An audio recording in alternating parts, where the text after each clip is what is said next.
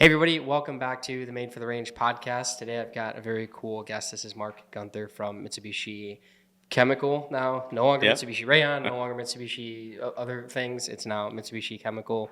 MitsubishiGolf.com finally too, which just real quick, the new website's amazing. Great, thank you. I know that was a heck of a project to go through.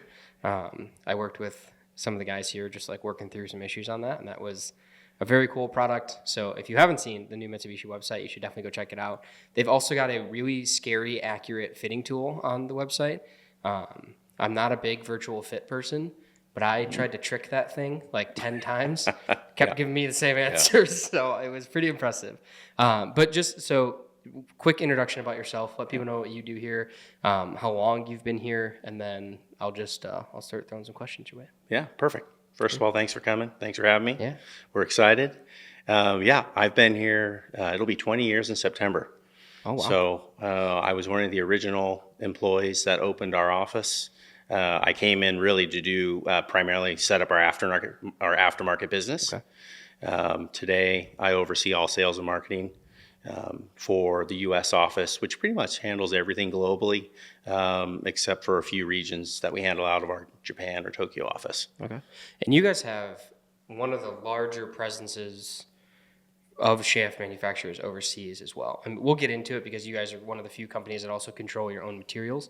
Mm-hmm. So we'll get into that whole side of it in a second here. But that presence is pretty huge. And I think that's a big differentiator for you guys is the communication between the overseas office and this office, how those parts come together. But also, I think a lot of people don't realize the difference in parts that happens a lot of times between that market and the American market, which is kind of nuts. But can you talk just a little bit about that? We don't need to go down that rabbit hole, but just a little bit about that. Yeah, well, of course, our brand is older than 20 years, and it was founded in Japan, very heavy Japan spec, Asia spec.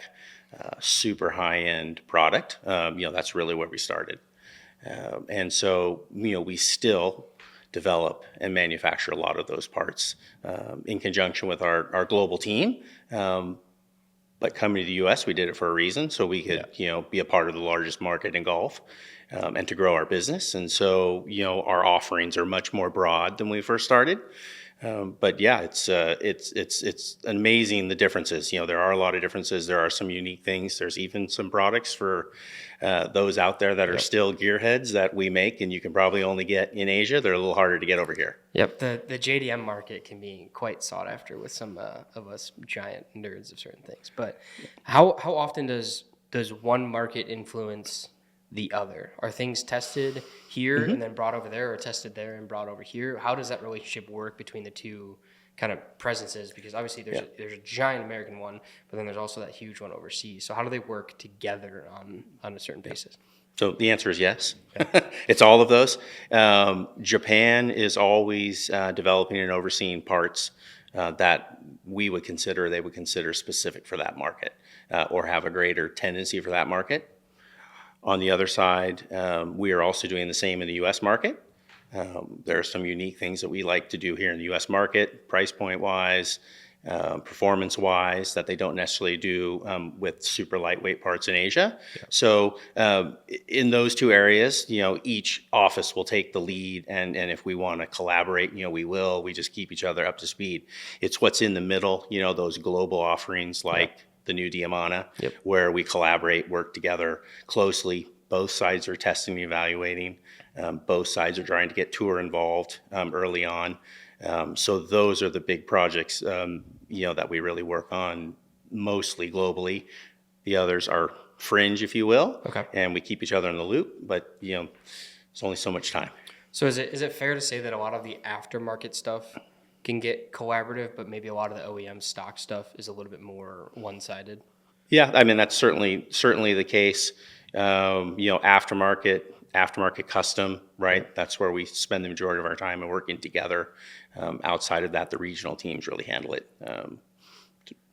That's essentially how it would work. Okay.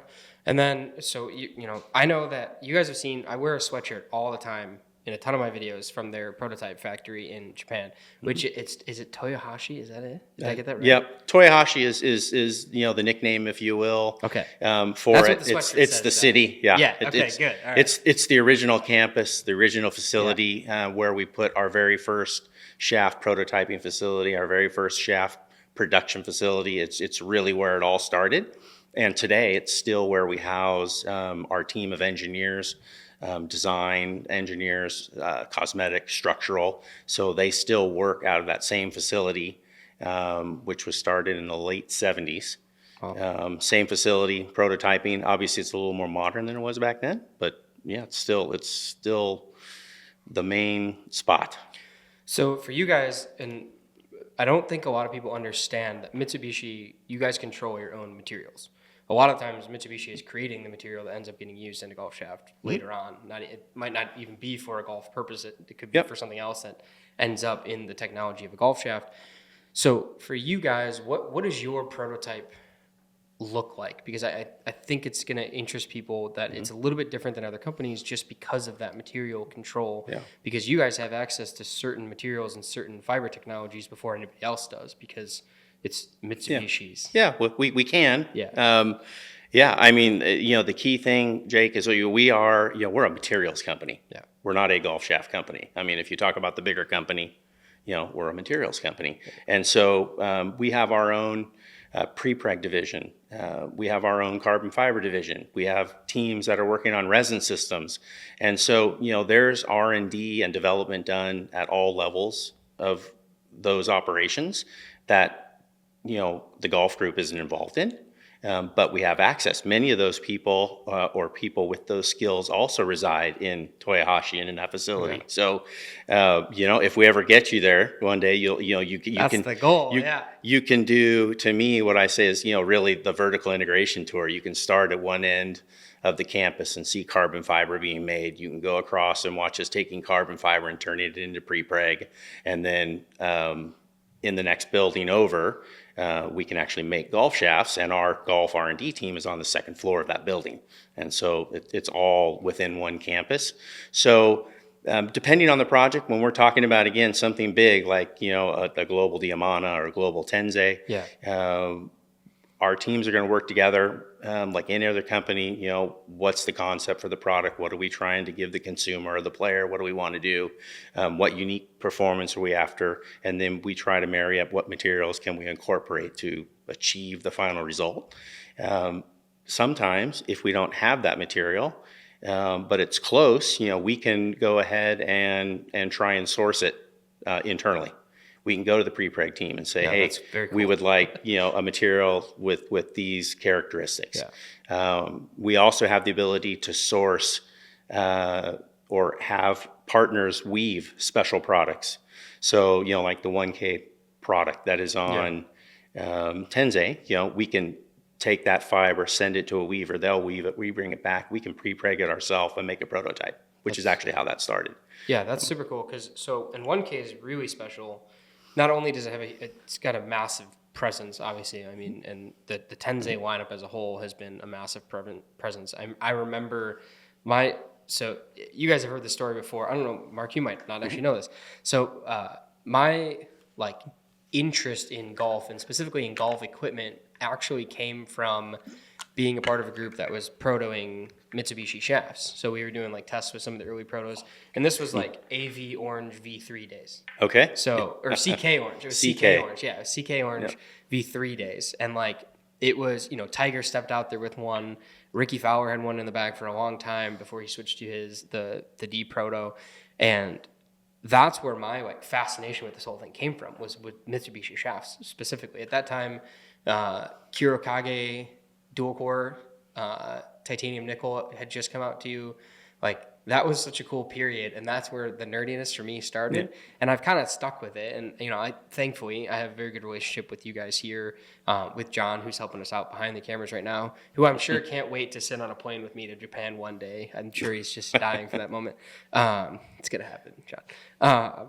But it's, I've always had this, I don't want to call it a bias because it's not, there's a lot of good product out there, but I've always had this fascination with Mitsubishi, and the idea that you guys control your materials, or you have special access to be like, hey, we really like this material, but we need this one little change. That's not something that many other manufacturers can do, or at least not at the level of ease that it would take you guys, because it's a team within the same corporation, instead of having to source it from somebody that you have to pay or bid on a material or develop, and then that's a ton of money on that end for those companies. And the other cool thing to me is that there's Mitsubishi material in other manufacturers. We don't need to go into who or what, but like that's a cool segment that I don't think people fully have grasped. I know that story is not necessarily really out there either. It's not something that I think you guys like push too heavily, other than the material matters slogan that's been with Mitsubishi stuff for as long as I can remember. But now we're almost at 1,000, or what is it? Yeah, we're almost at 1,000 wins globally with the brand and all of its parts. I just saw the sign as I walked in. We're at 985 as of filming this video. That will be at 1,000, I'm sure, before the end of this. What is that, 15? Yeah, that's going to be it. Well, it's at least the end of this year. There's no chance it's not by the end of this year. It's probably going to be. I remember making the celebratory 500 win hat. I do. I have one. Yeah. I just saw it the other day. I was organizing my hats. That went in a blur. Yeah, that went real quick because that had to be less than, I'm trying to think when I would have gotten that hat. So it was like 2 years ago, not even maybe, that it hit 500. So you guys almost doubled that in it's been nuts. A very quick span. And I think those tour wins, you guys are one of a few companies that to me are still not centered, but those tour wins are a big focal point for you guys. Like, it's very promoted. It's a big deal where, other companies started to move their marketing towards other things.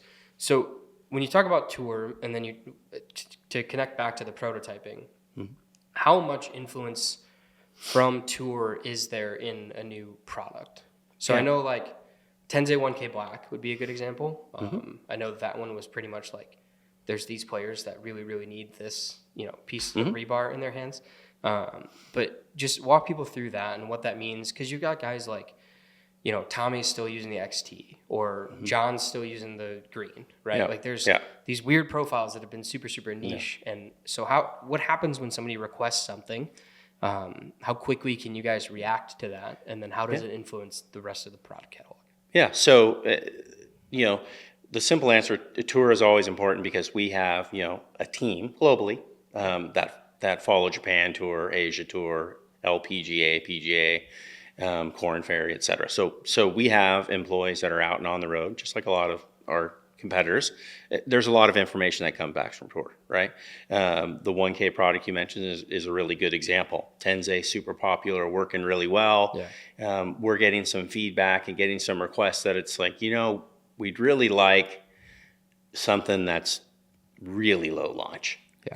Go lower, than you're comfortable with, because we've got some players out there, and so that's where that started, right? So well, we have a benchmark, we have 1K white, and we can work on it and start to develop prototypes. Given the priority, right? Our team in Japan can turn a prototype with cosmetics in a week if they need to. Holy cow! Wow. So now that's provided. We have a decal and we're not sourcing exotic materials or things, right? Sure. But it can be done relatively quickly if needed. Wow. And we've done that. So that it can be done. That's always important. When we're developing products, we also like to involve tour as much as we can. So when you talked earlier about, are you collaborating and working with our Japan team, or are they working with us? Global Diamana, great example, right? We're prototyping and sourcing early on. This is, I'm looking at the not seeing Jonathan again. This is probably a year and a half ago, if not longer, right? But we're prototyping and we're asking for S-Flex NX and TX Flex so that we have the ability to work with LPGA and good players, and Korn Ferry, PGA, Japan Tour players, and get some feedback on a part. It's not that tour is everything, but nobody hits the ball or moves the ball like them. It's been a foundation for us and a lot of our competitors, right? You get a lot of your information there. So we like to start there. We're comfortable starting there, and then we move out as we fill out the flex profiles and everything else, and get other people involved. Even it's a terrible thing, but I encourage everyone in our office to test product. All the guys that play golf, all the girls that play golf, get out and test, hit prototypes, and give us feedback, because it's all useful information. Yeah, it's interesting you say that, because I'm subject to that in my own mind too, where my handicap definitely fluctuates based on how much I'm testing versus how much I'm playing the same bag, which this year it's gotten a lot better. I think last year my record for same bag in a row was 2 rounds before I changed something. John knows too. Like I'll change driver shafts as soon as something comes out and test it, make sure. Like I've had 5 different driver shafts the last year probably that I was messing around with, something like that. Settling into WB nicely. 2 rounds might be a record for me. Yeah, if I had access to the same level that you're at, it would be. Just think if I was a good player. Well, it's because just blame your handicap on that though. Yeah, it's because of the testing. It doesn't help. You'd be a scratch golfer without the testing. So when we talk about tour wins, right now we have a couple of really cool things happening. So first off, WB and 1K Pro Red have both hit the market at the same time. 1K Pro Red, as of like 2 days ago, just got its first global win. And then you've got all the other product. Diamana GT has now won 5 LPGA tournaments in a row, which is super sick. That player, I don't have any marketing licensing issues. So Nelly Korda, she was in Vanquish and then moved to GT, which for me was a opposite ends of the spectrum move as far as a shaft goes for me. Do you have any insight on that move? Like, not, we don't have to go down that rabbit hole necessarily, but what would cause that kind of a switch? Because that's a different ends of the spectrum switch. A lot of times, all pathways connect back at new equipment, equipment switches, new heads, drivers. We also happen to have, I think our representation out on the LPGA Tour is fantastic. Joel does a great job and has a lot of good relationships. So he's able to actually get, in his off weeks, he's able to get high quality LPGA Tour players to hit prototypes for us and give us feedback.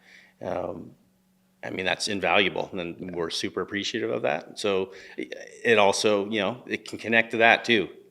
Because you're right, that is a really different profile. So somebody's gonna need some trust. On really, do I need to try that? But it's things like that when they're most successful. Whether the tour player is involved, it's always the tour player, it's the partners, tour staff. It's a collaboration and conversation, and when I think the more conversations you have and we're able to get involved as a team, I think we can help the players succeed in most instances. And it goes to show a lot for Joel too, because I've seen plenty of videos with Nelly. She's talking about what's in her bag, and she will say, she's like, look, I'm gonna hit whatever the numbers say is going the straightest and the farthest, and she's not necessarily concerned about what's in her hands, what it looks like, what model is on it. Like that doesn't bug Nelly like that. So it's big props to that. Obviously she has some trust built with Joel, because now she's 3 products in a row of switching through Mitsubishi stuff. So now she's went on GT, 5 wins in a row plus a major. I don't think she's changing out of GT anytime soon, at least not with that TaylorMade. But it's a cool mark to see that. And then if you look at the PGA Tour, I think what you guys have on the PGA Tour is really cool, because it covers almost every brand under the umbrella with like big names, right? Like there's huge names playing Kylie, there's huge names playing Tensei, huge names playing Diamana. There's guys still playing, John Rahm is still playing an all-the Rogue Green that just can't seem to get out of his driver. So that tour presence for you guys, I think, is so, I don't want to say understated, but it's so vast and it's so diverse, and that shows the strength of the entire catalog, not just necessarily the aftermarket teams. It's the entire catalog is so strong that, like, 1K Pro Black is a Titleist stock shaft. It has won several tournaments now with Max Homa. Kylie White with Xander and Rory had it in a 3-wood at one point, and Xander has won with the Kylie White. Like Vanquish, now he won with Vanquish. Now he won with GT. So like you're seeing this whole category of shafts. And then if we were to go and throw in the Champions Tour, then you're opening up a bunch of other stuff too, because there's guys winning with different lightweight profiles on that tour as well, or different flexes that you might not think are on tour. But when you talk about champions or LPGA, you start to see stuff that's not, TX, which helps a few people. I tell people all the time, if you're looking for club information, you should be watching the LPGA and seeing what they play, not, Xander and Rory swinging at 125 or whatever they're at now. It's kind of nuts. Yeah, it's crazy. I mean, look, we've been at it for 20 years in the States, more than 20 years with our Japan team. We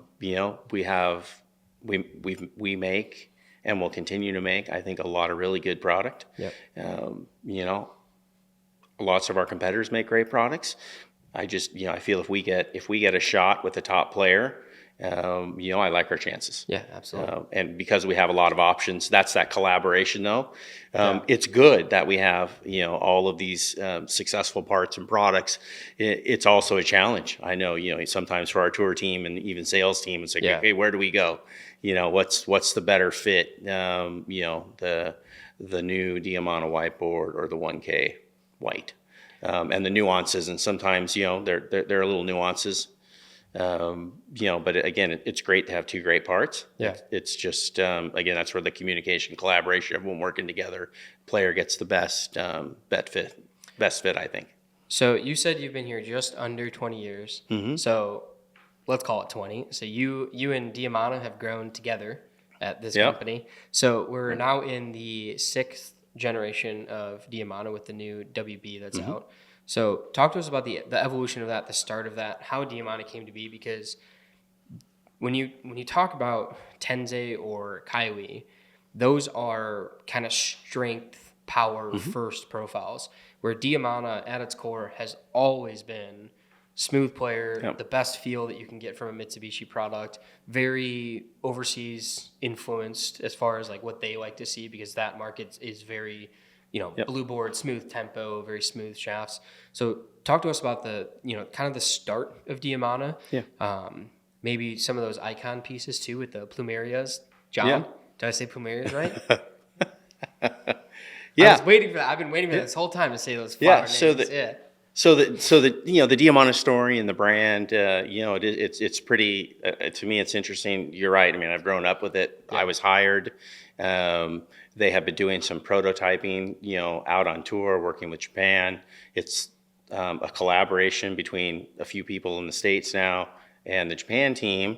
And the reason for it is, look, this is going to be Mitsubishi's first globally launched brand, coming out party in the U.S., but launching same brand, same concept, same shafts, all over the world, and having them available, for European Tour, PGA Tour, et cetera. So it was a pretty big undertaking for a small group. And, start with the name, right? So there, let's back up even more. We knew back in those days, right, sort of the official start to the season were the events in Hawaii. Yeah. Mm-hmm. And so there's always been this sort of Polynesian theme. I can't take all the credit for that. Some of the other guys in the office who I was working with were heavy into surf and surf industry and sailing. And I really loved that idea. I thought it was pretty cool because Hawaii is literally in the middle of California and Japan. So, and we knew we were going to launch there. And so we just carried that through as a team. The name Diamana, it's a made up word, right? But mana is the Hawaiian term for power or force. DIA we took off of diamond, because actually, if you didn't know, the Mitsubishi logo is 3 perfect diamonds. That's the interpretation. So we took the word, we took the prefix DIA, added it to mana. So loosely translated, we came up with the term in diamond power or diamond force. That's super cool. That was sort of the name for it before it came out. Okay. We also knew at the time that there were going to be multiple profiles. And back then, I can't recall, or we weren't aware of really anybody doing anything to designate different profile performance in a simple, clean, easy way for the reps out on tour to use. Because we had a small team. We weren't out on tour every week. Yeah. Maybe once a month. And so people needed to be able to do that themselves. Yeah. And tour presence was very different back then too. Like it was not it was not semis pulling up with full build shops and full like teams of people. I mean, those trucks have 15 people on them nowadays at some of these companies. Like there's a lot going on there. Yep. There was a change there. And then the biggest thing is like, the technology, right? Yeah. Maybe, there wasn't nearly as much technology. So I think players then relied more on work they could do at an event. Yeah. Because maybe one guy had a technology or maybe the OEM had and would share it with all their players, today, right? It's slightly different. Yeah. They're all carrying around backpacks. Yeah. I was gonna say, they all got a box that they take out there with them and pick a technology. They've all got one of them. So was this, and excuse my lack of golf history knowledge, was this at the same time as 300 series, right after, right before? Because 300 series with the 3 different drivers was its own feat of like, okay, now you don't have to just pick a brand. Yeah. You can pick a driver within a brand, being tailor-made at that point with 3 different buckets. So was Diamana kind of like synchronized with that concept of, hey, we have different profiles at the same time? Or was this like, what was the timeline there? No, well, because the way the profiles came out in succession, one each year. Okay, so the first profiles. So, right, 2005, actually, officially, PGA Show 2005 was when we officially launched in the U.S., brought out blue board the following year, white board the following year, red board. To finish the family. Gotcha. And then for those guys that have really followed Mitsubishi, the 4th year was a limited edition. And we did that for several cycles. The limited editions now, because we have multiple brands, we do some different things with it. But so it came out in a series or in a succession over 3 years. May have had some of them on tour before that as prototypes. Of course, yeah. Of course. Was a but that's formally how it rolled out. Okay. And then, so what causes the transition? Like, at what point, the answer could just be like, hey, we need a new product because we're a company that has to make money. But at what point do you iterate for a new generation? Because obviously we're in Gen 6 right now. Yeah. I do want to talk about Gen 5 in a second too, because Gen 5 was a little bit different than the rest of the Diamana history has been. But how do you go from, all right, we have this awesome product, we have 3 beautiful profiles in Generation 1. At what point do you decide, like, okay, we need to do something to change these to make it Gen 2, and then what does that process look like? And then we'll fast forward to Gen 5. So we're a company that actually needs to make money. So it's a great answer. It's a great answer. It's like people ask all the time, why do I need to buy a new driver? I'm like, they're not marketing it to you. They're marketing it to a guy that bought a driver 6 years ago. Like, it's very different. No, but it the answer is both simple and complicated. Look, there is whether it's the U.S. market or Asia, Japan market, there's some regular cycles that we like to make product available to, spring, summer, so that we can support programs, support new product launches and things of that nature. So, look, we're a sales company. So that's part of it. So there are some cycles that we work within, and we're aware of those, and that's how we try to build out a product roadmap and do it globally. Originally, look, we were making it up as we were going a little bit. I mean, hey, there's a plan. Yeah. There's a plan, but I can't say plan from year one is here's we've got this whole Diamana series coming out, and then we're going to transition to lightweight. Which was Bassara back in the day, and so it evolved again as we were having communication and working with players and working with customers, because you have to remember when I showed up in the States to set up distribution, I mean, I showed up to get it started. We didn't have one account. Wow. We didn't have one customer, in the US. We didn't have a FedEx account. I mean, we didn't even have an office. So, I mean, we really started from scratch. So that's zero. Yeah. So over the period of time, you have conversations and we look around. We always had a reputation. I mentioned right earlier that our office started in the 70s. Yeah. Okay, but Diamana launched in 2004. There were some other things going on. We were primarily servicing, the bigger brands in Japan and Asia, making product for them. And we already had built a really big reputation over there on our lightweight quality. So we knew we were going to go there.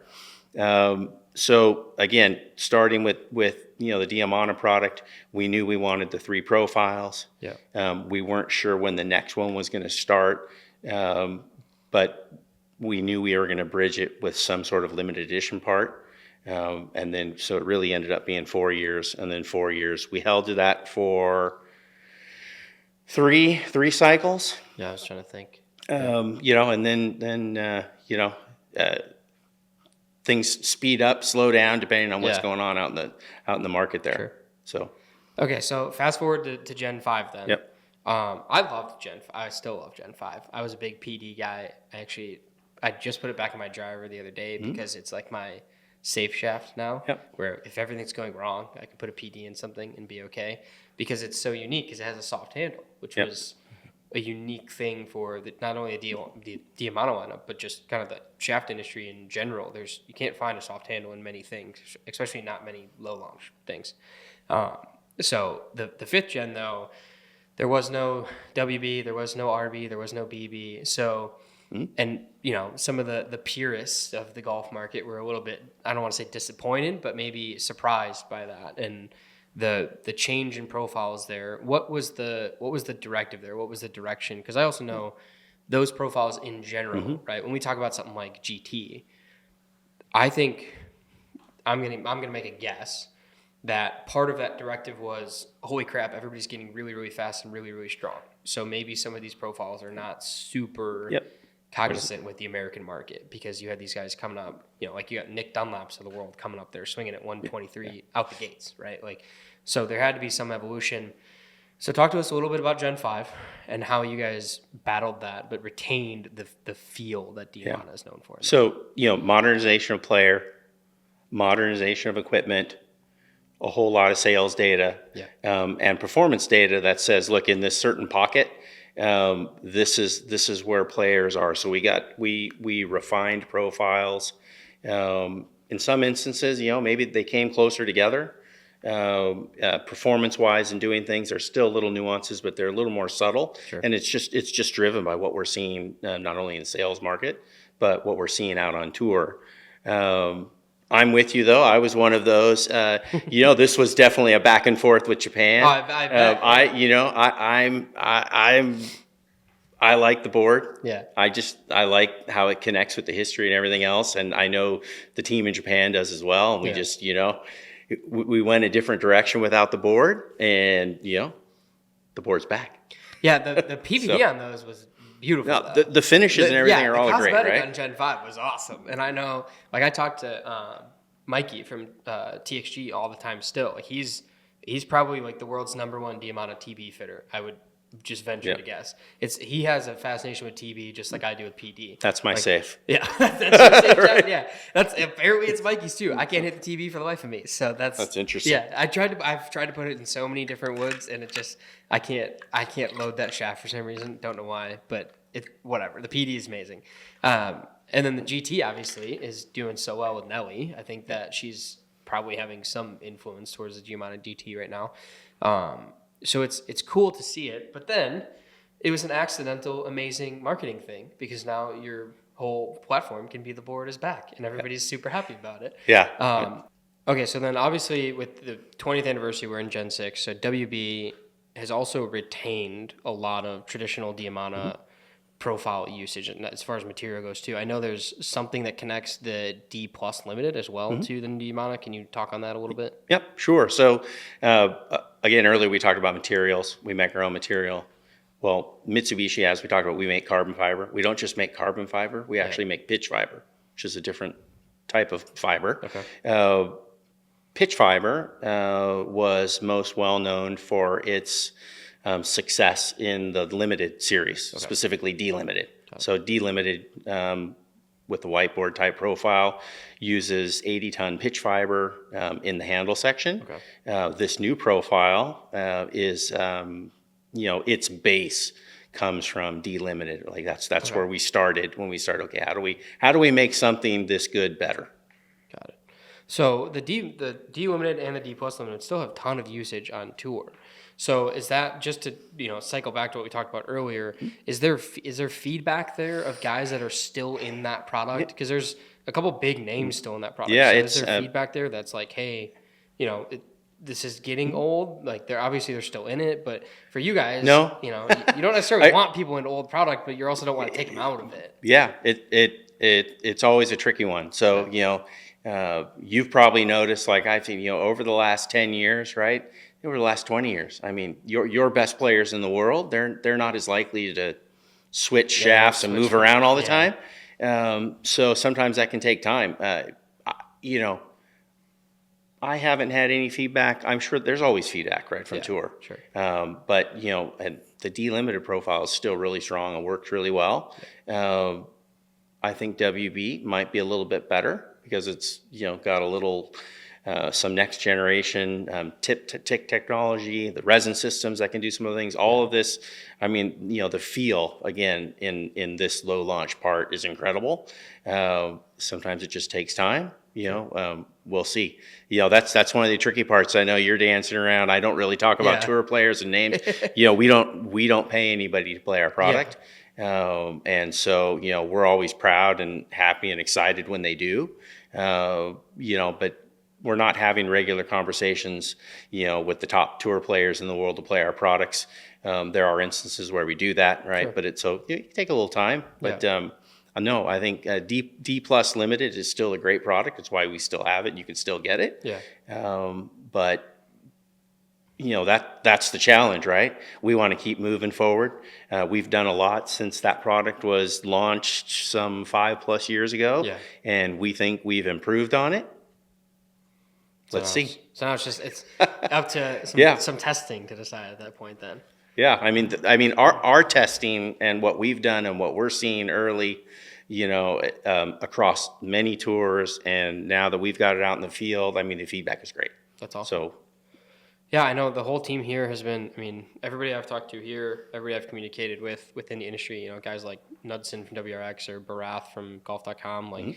We've all talked about how cool the 20th anniversary stuff has been. I'm wearing the shirt. This is a it's on the back of my shirt. This is a regular shirt for me. I also have turned my white logo hat brown at this point from wearing it, and I think that it made people really, really excited.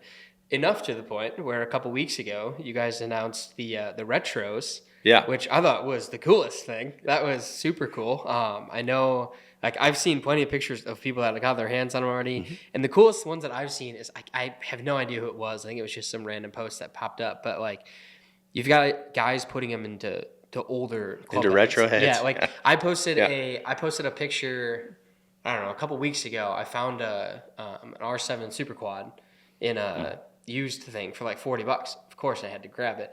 And my first thought was, okay, I need something older, like something from sort of that era to throw in this thing. And then sure enough, a couple weeks later, something pops up that guys are doing that with the retros.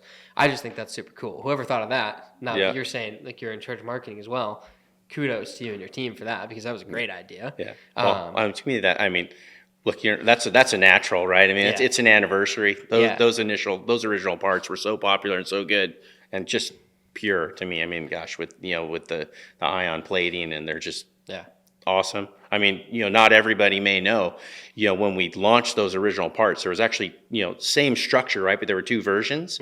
There was one with paint that had the silver paint. And then there was one that actually had the ion plating.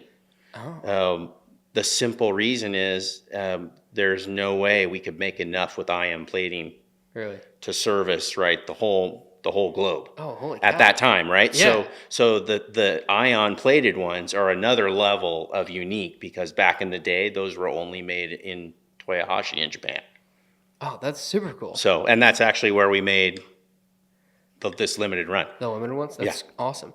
Is there, you don't have to give anything away, is there any plans to continue the anniversary trend with other generations? There's conversations. Maybe. Okay, that's good enough. Maybe. I like that. That's okay. At least somebody brought it up inside this building. That's all. And if not, now they can't. Yeah. Hey, the response from the consumer and the sales on this first one, could possibly get your attention. Justifies the second gen run. Yeah, maybe? I mean, it's fun for us just to do it. Yeah. But then to see how quickly they moved. Yeah. That's pretty cool. Yeah, it's super cool stuff. I love stuff like that. I think when you when you have something that has that much heritage and that much insightfulness behind a product like that, especially for a golf shaft, right? Like we talk about heads like that all the time. People talk about, different wedges or different iron sets. Like there's, those conversations happen all the time.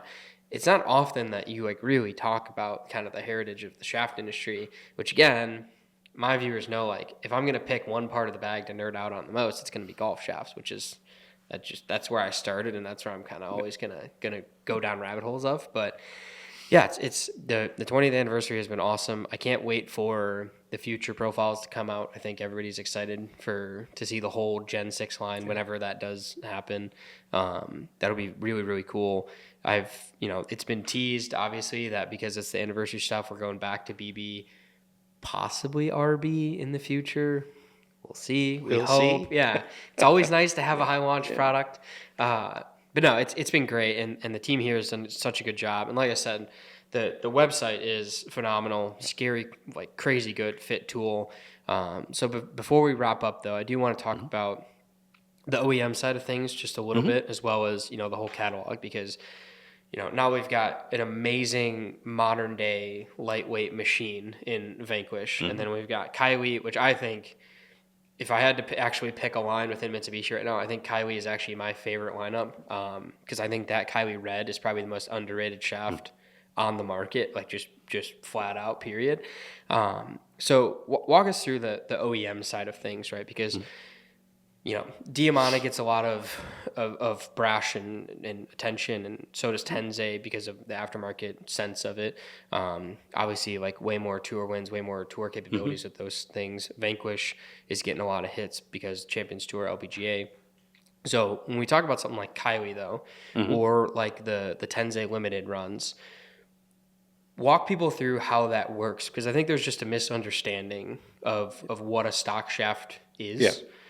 So just walk people through that on a very high level. Yeah, and it can be it can be different things for different companies, right?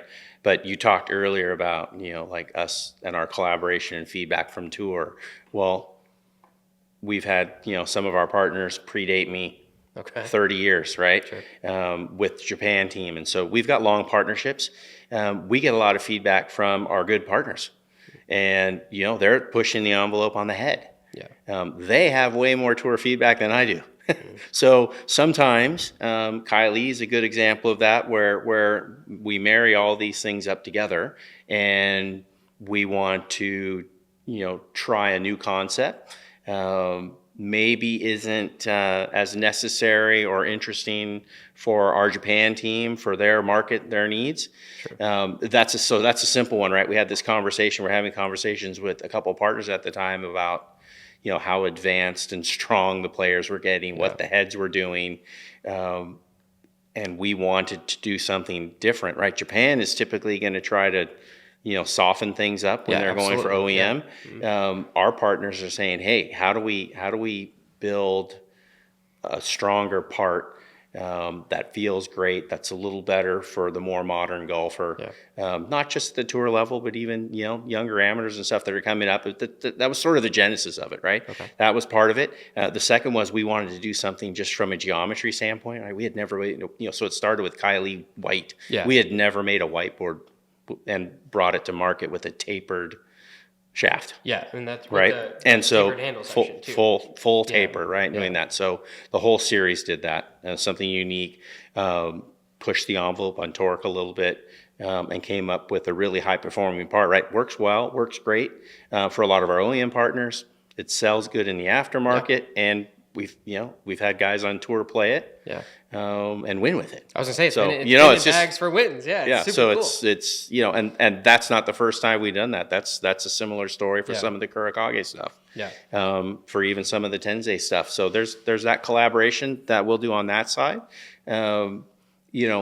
I always like to say, and when we're never, maybe not all our partners like this, but we're typically not their cheapest or lowest cost partner. Sure. Yeah. But I always like to remind them that, partnering with us, you can get some of the best, most high performance stock parts. Yeah, absolutely. You could imagine they're going to cost a little more. Sorry, not sorry. So when you talk about something like like the Tensei Limiteds that are in some of the, I think TaylorMade's got them right now in the QI stuff. A shaft like that, or like the old AV not raws, or 1K not pros, right?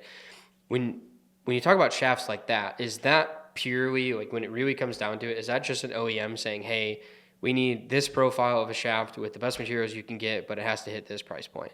Is it that simple from a connection standpoint, or is there more depth to that where maybe you guys have a technology or a material that has become cheaper because better stuff has come out, but now you can still develop a hell of a good golf shaft, but it now, 5 years later or whatever, it's just a lot cheaper.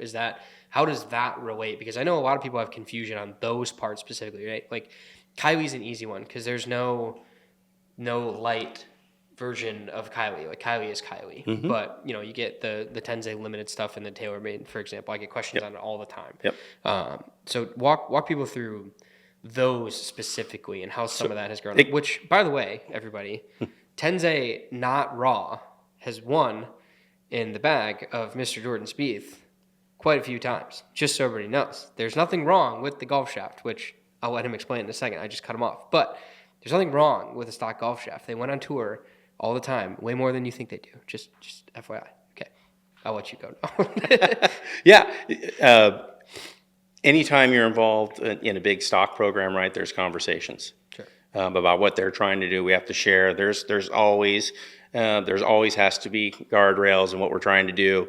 And so we'll partner. It can be, it's a little bit of both. Like on the AV in that instance, they may be trying to do a certain thing and there may be a price they're looking at, but I'm still going to try to fit them into what we're trying to do with our brand portfolio. So that's why you don't see a Tensei, hey, there's a completely non-AV version floating around. So, right, we try to keep it, right, we've got this 1K series, we've got an AV series.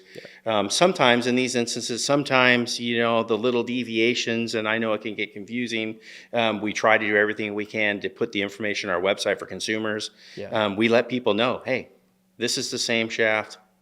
It has a really cool modern finish, and it's available at these particular companies. If you want the same product, right, we have it. Maybe it has a gloss finish. Maybe it has a matte finish that have a gloss. There'll be little nuances. That's part of the challenge sometimes. So we do some of that. We try to limit it. But that's usually what it is. Just trying to a little bit of back and forth. We know what they want. They know what we're trying to do. Sometimes we meet in the middle, with cosmetic adjustments or finishes. And again, we try to make, as that's part of what the new website's about, making it easier, right? You can go through and you can see. I was about to say, a lot of those profiles are on the website. Well, that's because, we sell them or we make them available. Or if they're not available, on a day-to-day basis, if you can get them through like Alloway or TaylorMade, right? We're directing people. Right. And your guys' stock series of stuff has always been, I think, a cool story to me because none of it's trying to be disguised or hidden. A couple of years ago, there was a big outbreak story with a different manufacturer of things looked identical, but they weren't. And that was an issue. And I think, people have commented on that to me. Like they've said, I can tell there's a difference in these two. I don't want to pay the $350 or whatever it is for the aftermarket. Am I okay with the other one? And we'll have that discussion, but it's very clear which one is an OEM offering and which one is an aftermarket offering when there is overlap. So like AV raw blue or AV blue, right? You take the raw out, it's a different shaft, different part, with same general characteristics built for that OEM bucket. So I like that. I think it's cool. Obviously, for you guys to succeed as a global company, the OEM market helps out quite a bit, I'm sure, on the back end for your accountants.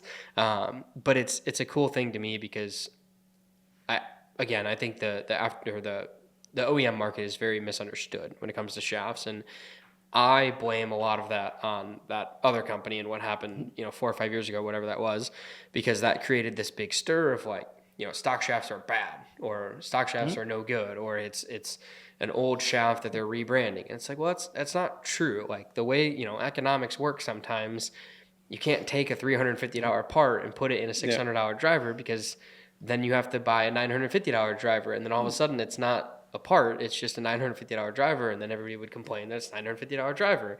So the economics of that don't work out. And it also goes to the people that, you know, you go into a store and you see something labeled, you know, AV limited, or the Diamana that's in stealth, or not stealth, QI10 LS, whatever that one is. And it's cool. It has a cosmetic. It looks modern. It looks really good. It's not like something that just got thrown in there for the sake of throwing it in there. There's time in that. There's thought in that. There's teams in that. There's people that work on those parts. There's people that work on those relationships. Like, there's, you know, just as much effort. It all goes back to the same thing, right? Ultimately, our goal is always to provide, you know, the best performing part we can. You know, with the OEMs, the difference is, you know, hey, look, I might, you know, they're going to be doing a lot of testing and give us a lot of feedback on where it needs to go. So, you know, they're gonna lead. I'm not testing it, you know, in their head, et cetera. So, you know, they have a space they want to go, or what they're trying to do performance wise, and we're doing everything we can to provide it to them, you know, with quality materials and quality craftsmanship, you know, that we do at our facility. So, yeah, it's you know, it's always a challenge, you know, to make high quality parts at different levels. You know, but that's the goal. That's the challenge. That's what we're always trying to do. Yeah. And then the last one that can sneak into that conversation is C6. I think C6 is an incredibly cool product offering, because it's specifically made for the people that are very budget conscious, but are getting their product in an aftermarket setting. They're not buying off of a shelf. They're still going to get fit for that C6 product. They're going to aftermarket retailers.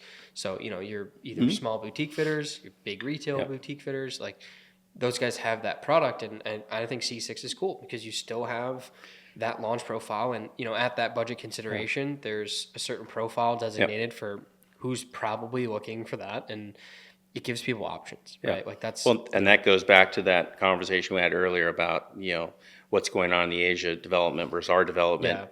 You know, our team, you know, at one point, I don't know how many years ago it was now, right? We're coming back to it, and there's a whole group, and as club fitters are growing, you know, custom fitting is growing, you know, everyone has a different philosophy on how they want to run their shop or what they want to do. Some guys really like the idea of having nothing on the wall. They want all unique stuff on the wall, or nothing that you could get custom or with an OEM or everything, right? You know, our original structure, we didn't have that. So, you know, with our team, we worked to design something that could fill that void in our product mix, you know, specifically for, you know, for those shops and those guys that like that. And that's just a part of growing as a business and trying to meet the needs. And it is fun, you know. I mean, C6 is simple. It's just, you know, it's the symbol for carbon. We're just having a little fun, but it's simple, but it's unique, right? It's a brand. We've had, you know, our partners ask for it. You know, they finally stopped, because we're like, hey, you know, this is just for this market, right? Just for these guys, we'll leave it alone. And yes, so it is really successful. It also fills a void. You know, the U.S. consumer and the market is really different in general than what you see in Japan, right? Japan's not looking for, you know, a high performance sort of price point shaft. They're looking for the opposite in general, and that's okay. So, you know, that's when we took on ourselves. That's awesome. Yeah, I mean, when I was, you know, I worked at one of the bigger retail fitters for a couple of years, and C6 does really good in those environments. I know guys at other large retail fitters like that, C6 works really well in their environments. So it's cool to have such a wide gamut. And like I said, now that we're moving into Gen 6 with Diamana, I think that the catalog for Mitsubishi is just so stable. And I'm assuming, because now we have a new Diamana launch, so we'll wait for all the Diamana profiles, then we'll have a new Tensei launch, hopefully. And, you know, we'll keep going with there, because I think the Mitsubishi catalog, as it grows, and the other thing too, before we'll wrap up here, is the Mitsubishi catalog is so stacked in a way that nothing really fights each other either. You're not going to see a lot of guys that are, you know, necessarily battling performance between a 1K Pro White and a PD, right? Like, players are going to fall into one of those buckets pretty easily, where at least from what I've seen, it's very easy to spot a player who's probably going to fit into the Diamana side or the Tensei side or the Kaiwi side. Yep. And it's so easy. It's such an easy catalog to fit. There can be some overlap, right? But Sure. there's, look, there's different price points. Yeah. There's different messaging. Some people, look, Tensei is always very, visible, technology driven. That's part of it, and it's got a different look and maybe a little more edgy. Diamana tends to be more classic to the original story and everything in between. And so, yeah, that's. I mean, there can be some overlap, but some people are going to connect with different brands for different reasons, and that's why we provide them. Yeah, absolutely. Awesome. Well, thank you for taking the time today. I appreciate it. You guys know, and Mitsubishi for 2024 has been the wood shaft sponsor, so you've seen tons of content between the two of us. I'm obviously very thankful for that on my end. You guys were very large initial supporters when I went out on my own and did this. Jonathan, you especially behind the camera. I got some big help from these guys, basically. Like I'm not afraid to say that at all. So it's been nice to have the relationship. I really love what you guys do. I learn something every time I talk to you or I talk to John or whatever else happens here. It's fun to keep learning this stuff. Like even today, there's two things that came up that I now know, or I know differently now than what I had thought the answer was. So that's really cool. Yeah. It's a cool learning experience. It's a wonderful, fantastic company here, and proud to work with you guys for sure. So thank you for taking the time to sit down. It was very cool of you. I know you don't do a lot of this all the time, but I really appreciate it. Happy to do it. Awesome. Thanks, man. Awesome. Appreciate it. Stay tuned, guys, for more. We're going to have a ton more guests. I'm in this week for Carlsbad, so we're going to actually roll through a bunch of podcasts here. There'll be a bunch more guests coming soon, and thanks for tuning into the Made for the Range podcast.